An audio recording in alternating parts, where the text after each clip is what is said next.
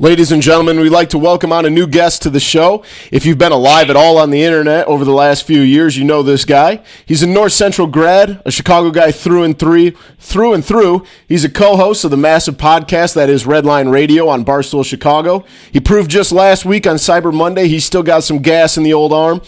You can find him on Twitter at BarstoolWSD. Ladies and gentlemen, White Sox Dave. Dave, how we doing today, my man?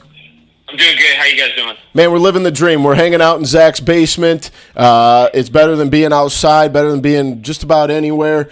So we can't complain too much. And I imagine life's got to be going good for you, right? Winter meetings getting underway. Big prospects for the White Sox coming up. Is this a time of year that you enjoy the winter meetings? I always look forward to them, and the last few years obviously have been way slower than typical, but I'm expecting the Sox to pull something off, maybe a move or two in the next couple of days. I don't know what that is yet, but I'm getting kind of restless right now because I'm sick of losing as a fan, and I just want good players on the team to round out all the prospects that you had kind of alluded to. So I hope they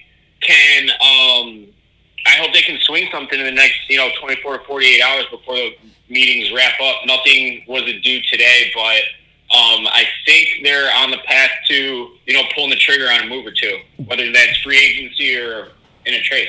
Definitely. Now, if let's just say, for example, that the season were to start now, and they haven't made any moves, they have made a couple moves here and there. How do you feel about the White Sox chances sitting right now, or is it something that you feel that the White Sox have to make a move in order to be the biggest contender in the AL Central? Are they looking good right now, or is it going to take that move for them to jump up to that number one spot?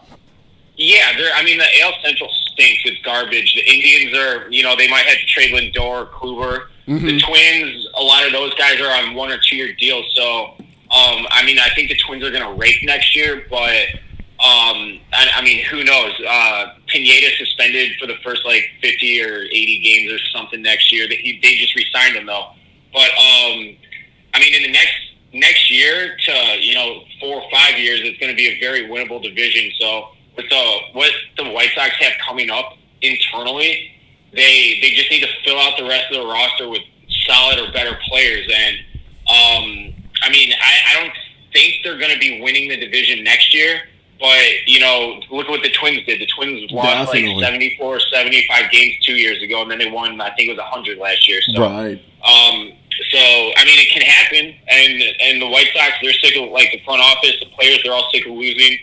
A few of the players that I talk to, they know that, they have a lot of good stuff on the horizon, and they're all young, and they one player in particular told me it's time to pop bottles next year. So definitely, they want it. They're hungry, and I'm, we're hungry as White Sox fans. All right, and the one big move, obviously, the White Sox make. They pick up a guy I like a lot. He's actually a guy that I have on my dynasty team on MLB The Show, Yasmani Grandal. On a scale of 10, how much do you like that move? I thought it was a good move, but what are your thoughts on that, Dave?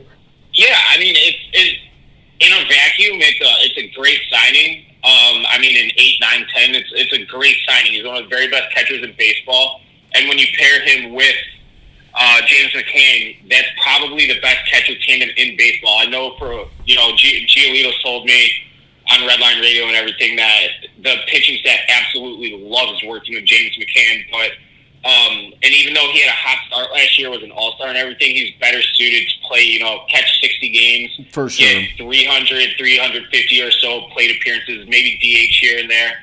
But the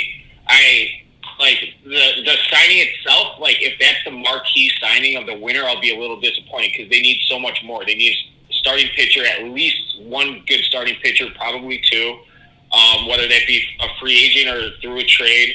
And then they need a right fielder. They need probably a legit DH that can play, 130 times this year.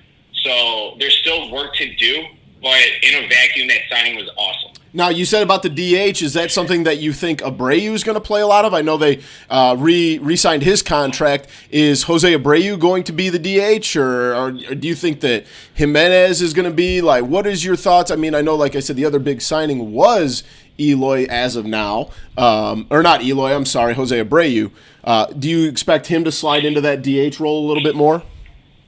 I wish Abreu would. I mean, first base, I think, like people say, like, oh, it's such an easy position to play. I think it's the most underrated position defensively on the entire field. I love that. You're a good first baseman saving, he's making Tim Anderson all the better playing shortstop. Or, he runs just on scooping balls throughout the year. Jose Abreu's bad at that. So I wish he were the DH, but he's going to be playing first base for at least another year until Andrew Vaughn's coming up. And then as far as Eloy, he's a complete and total butcher in the outfield. I mean, he is as good of a hitter as he was last year, and he's going to be in the future. He's just not a good outfield. Left field, like anyone should be able to play just a competent left field, but Eloy didn't really do that last year. And that's not to say he can't improve, but I think that he's more suited to just focus on hitting, 40-plus home runs every year and just dominating that way, which would be perfectly fine with me. But, I mean, there's just so many DH-type profiles on the roster right now, so only one guy can play it every day, so you're going to have a couple holes defensively. That's why I'm not too intent on, or I don't like the potential of adding Marcell Ozuna to right field, because he's also, I think, and I know the metrics say otherwise, but I think he's a butcher as well. So yeah. If you add someone like that, that's three big holes right there. And when Luis Robert gets called up, he's going to have to play sideline to sideline, and definitely. It's just going to be a lot of extra bases being taken in the outfield, and a lot of gaps being hit on balls that aren't cut off when they are hitting the gap. So, I don't know. I mean, as long as if they are hitting 35, 40 home runs a year, it makes up for it. Yeah. But I would still love some balance as well. Well, I think you made a great point. Like with those additions, you do worry about the fielding, because also the White Sox have such a great young pitching staff, but in the same breath, they are still young, and you don't know how exactly. A double to a gap that turns into a triple to the gap, how that's going to affect the psyche of a kid in his first or second year. And with Eloy last year, a few of his injuries came from playing outfield and kind of making some mistakes in a way, and that kind of came with the injury. So you also want to get away from having him on the DL too, or IL. Exactly. But I was listening to the dog walk the other day, and it was from your guys' first Christmas party, and I was just wondering, how did you kind of get involved with Barstool? Did you know Dan before it all, or how did you get involved with that? No, we all met through Barstool. So I had a blog that was just kind of a joke that I started with a college buddy, and it actually developed like a pretty large readership where all we would kind of do is talk about our college life. He was at IU, Indiana, and I was at North Central, and we would just write on it every day. We had like 5-6 guys just writing different college stories and like covering whatever sports we wanted to cover. And I sent it to Portnoy, and he said to keep in touch. And then when Big Cat was hired, Big Cat was like, "Hey, we need guys covering different teams for Chicago. Who's your team?" I'm like, "Well, it's Northwestern. No, Northwestern's kind of a joke, but it's the White Sox." And he's like, "Yeah, so if you want in, like, we'd love to have you." And I'm like, "Yeah, sure." So it started as kind of just like a creative outlet, and then 6 years later turned into a career, which was nothing we expected. That's awesome, man. That's awesome. Were you in like a journalism major, or is that absolutely not? No, absolutely. You just started writing for the hell of it. Just started writing for the hell of it, and the way like media is kind of shifting is like you don't really need to have that journalist background. Definitely. Because people engage with your content, and that's what Barstool is great at. Like there's obviously some great writers at Barstool. I don't really consider myself one of them, but like people respond to our info, and I'm sitting there trying to like be the best baseball writer I can possibly be, in spite of like having a lack of journalism background. Like if like PFT commenter says it all the time, like as a joke, obviously, but it's about telling, not spelling, and that's how media is kind of shifting. So that's For like sure. what I try to do. I just try to tell the story of like baseball in general as best I can, and and it's worked so far. Well, that's very true. I mean, if you just make it, I think so much of the problem with the old journalism is that it wasn't necessarily relatable to everyday guys like all of us, and that's how Barstool really grew their brand, was they really just touched out to the people, just the everyday fan, the very typical. That's kind of why guy. this podcast is what it is. Neither me or Boomy went to school for journalism or anything. I didn't even finish school, so I ended up going to the Illinois Media School out in Lombard and just kind of kept with it. So like you said, nowadays the media is to the point where you do what you want to. It's what you want to do and how you do it. It's really you can go to school for communication and all this and that, but it's what you want to do and how you connect with people. Yeah, exactly. I mean, I couldn't say it any better myself. All right, so I got to ask you, obviously, last week on Cyber Monday, the awesome video throwing the gas at the headquarters. Be honest, though, did you really think you had that gas still in the arm, or were you a little worried about how you were going to show up? No, I wasn't. No, I knew I'd be around 80 the whole time. Okay. And this is how I said, like, on that 86 video, I guess it was a misread, but I was following through on every pitch. Yes, I noticed that. So when I would see the score, it already like I wasn't seeing the score pop up. I was looking up and it was already there, Yep. So I didn't see that it was a misread, but I knew I didn't throw 86 because there's no way I'm jumping 8 miles an hour or whatever. But the thing about it is we didn't get to warm up at all. So the first 15 or 17 pitches, like my arm was it was dry. It was completely, I didn't warm up. So I think I would have been like 80, 82, 83 maybe. Okay. Because once I had the 20 pitches in me, my last pitch was 81. It was the hardest pitch I threw. I was actually loose at that point. It was like I threw a pregame bullpen, Yep. How'd your arm feel after, like the day after, 2 days after? That had to have killed, right? Yeah, it was more my upper back and my neck. I couldn't really twist my head. I was so sore I couldn't move. It was the first time I've done that in like 10 years. Oh man! I couldn't imagine though the last punishment with the Uber, how that even would have worked out. Oh my! You'd still be in an Uber right now, man. I have no idea. I mean, I have no idea. I had people like emailing me saying they'd pick me up in rural Pennsylvania and stuff. And I'm like, well, just make sure you download the Uber app so I can call you and make sure you're there. So yeah, you don't want Portnoy finding that one out. Yeah, exactly. He would have crucified me. But yeah. So it would have been funny, but I was the only thing I was worried about is I had no idea how much merch we would sell. Right. So say if we sold $1 million of merch, that would have been 100 pitches or whatever, and at that point I would have been dead. I would have been just completely dead. So because I didn't really know how long it was going to keep going. I didn't know if you guys were just going to keep going until like they just kind of started to fall off. Until like we started seeing like a flat line on sales. So we had like a little. I don't think this was in any of the videos, but we had like a little chart. So the first like 20 minutes, it was like it was skyrocketing, and then it started leveling off. Mm-hmm. And once it started tapering for like 10 minutes straight, that's when they cut it. Gotcha. That makes sense. Hey, to pivot a little bit, are you a White Sox fan that like hates and despises everything the Chicago Cubs are, or? Yes. Okay. That's. I respect it. Yeah, you got to respect it because if you're from where you're looking at with the Cubs, the last few years we've kind of gotten into a very. Cocky. We're in love with ourselves in a way, and then if little things happen, we freak out. And especially right now, where you guys are going in, the White Sox are going in a direction where you're starting to look like you're doing good, and the Cubs are going in a direction where you're starting to sell, and you don't know what the team's going to do. Right. Yeah.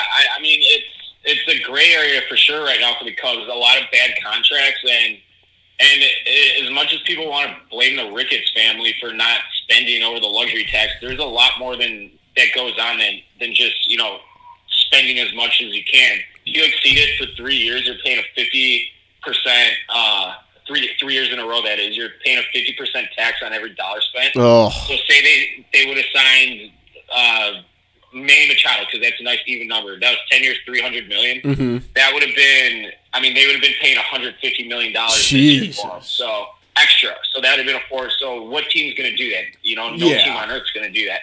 And then if you do it for 4 years in a row, then you start losing draft picks and international money, and it just doesn't make sense for teams to do that. So it's more than just like, oh, the Cubs are a rich team. They can spend all they want, and theoretically they could, but it just doesn't make sense. It's not for anybody smart. doing that right. You're not going to see any team in baseball doing that. Not the Yankees, not the Red Sox, not the Cubs, not the Dodgers. None of these rich teams will ever do that as long as the system is like it is right now. So Definitely. I mean, I don't blame them. You got to blame the Cubs front office for like the bad contracts. Darvish looked good the second half, but that's a bad contract.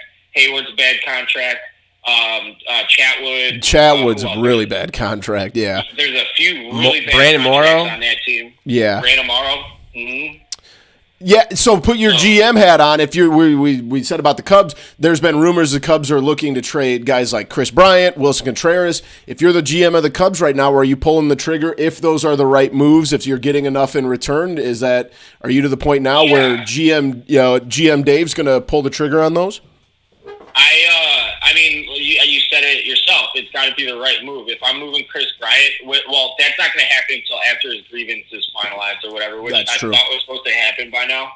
But the difference between 1 year of control and 2 years of control is massive. So, assuming it's 2 years of control, you're going to be looking for a major league starting third baseman in return that's cheap and controllable. So, and I think you could get that for Chris Bryant. He's that good. But I mean, if you got to balance the risk and reward. Like I said, if you get a major league starting quality third baseman in return, then probably you do that. Especially if you get like a stud bullpen piece as well. So, but I don't think they're going to end up doing anything. A lot of people do. If I were them, I'd reassess at the deadline. But with that said, I think it'd be worst case scenario.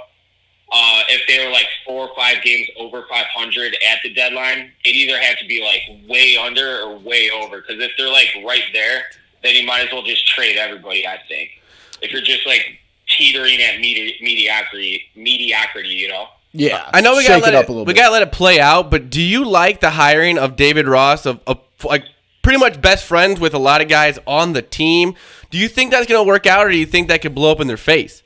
Yeah, I think the players have that much respect for David Ross. I'll back up a little bit. I think a lot of players do. Like, Yeah. I think Anthony Rizzo would go to hell in a gasoline suit for him. I'm not sure Chris Bryant would, which is why I think you are hearing his name in a lot of trade talks right now. So, because I mean, he's a Boris guy. He's looking to get paid in a year or two, whichever one it is. Mm-hmm. He filed a grievance against the Cubs.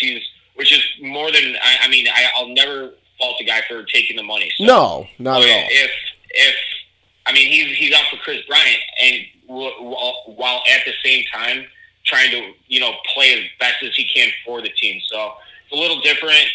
He's loyal to one thing, and David Ross guys are loyal to another, like Anthony Rizzo, Javi Baez, those kind of guys. So I could be completely wrong when I say that, but I think there's just a camp that's either in the David Ross corner or not in it, and I think that's what you're kind of seeing right now. Right on. When the White Sox are ready to compete, who do you think is going to be the manager of the team, or do you have a guess or a guy you want to see running the show? I mean, I think this is probably Ricky Renteria's, like, assuming they put a quality product on the field. And by quality, I mean like call it 85 wins. Okay. I'm not saying they're going to win 100 games this year, but over 500. Making a push for the second wild card, or even if all things do go right for the division, and if they're winning 72 games next year again, in spite of adding Grandal and potentially someone like I don't know, Marcell Ozuna, whoever it is. Mm-hmm. I think Ricky's would be first on the chopping block for sure. Yeah. And just a last question here. I know you went to the Bears game. Boomy over here is a Packers fan. What do you think the Bears' chances still are to get in the playoffs? We're in the hunt. It didn't help that the Rams and the Vikings both won. But do you think they still got a chance with Keem Hicks coming back and Mitch looking good? And I want to have hope, but it's just going to be tough. I mean, you got to win out. You got to win out. You got to go 3-0 to end the season. 10-6, it puts you in a really good spot. And I mean, you're beating in that case, you're beating the Vikings twice. Obviously, you need some help, but I think 10-6 gives you a pretty good chance. I think I saw they only had a 3% chance to do that, but take it week by week, and with Hicks coming back, that makes Mac all the better. Which, I mean, he's been good, not the defensive player of the year we saw last year good. So I don't know. We'll see. I mean, it's do or die every single game. So go to Lambeau this week, beat them, and go from there. Well, that's about best of luck, man. As a Packers fan, I can only wish them the best of luck. I'd rather see the Bears, and I'm the weirdest Packer fan. I actually like it when the Bears are good because I feel like the NFL as a whole is, in my world, more entertaining when the Bears are good. So I hope the Bears actually catch the Vikings because I hate everything the Vikings are. So I'm actually kind of rooting for you guys. So yeah, it's like going back to baseball and Chicago talk. I think it's awesome when both. I mean, we haven't seen it much, but it's awesome when both teams in town are good quality playoff type teams. So I would love if the Bears were and the Packers were, consistently vying for the NFC North for the next decade. Yeah, because football, like you said, is better as a whole when both teams are good. Well, look back at 2010. I mean, when the Packers win the Super Bowl, they play the Bears in the NFC title game. That's one of the most memorable games of the last 20, 25 years. So easily, yeah. Maybe we'll get that same bit in the baseball world in the Cubs Sox World Series here in a couple years. So we'll see what happens. Hopefully, man. All right. Well, thanks so much, Dave. We appreciate you coming on. Make sure you go follow Dave at Barstool WSD. And next time you're going to throw that hard and throw that many pitches, man, let's get that thing warmed up for you and get you a treatment plan for the flight home. Let's do it. Yeah, right on. Well, ladies and gentlemen, White Sox Dave. All right, man. Thanks, fellas.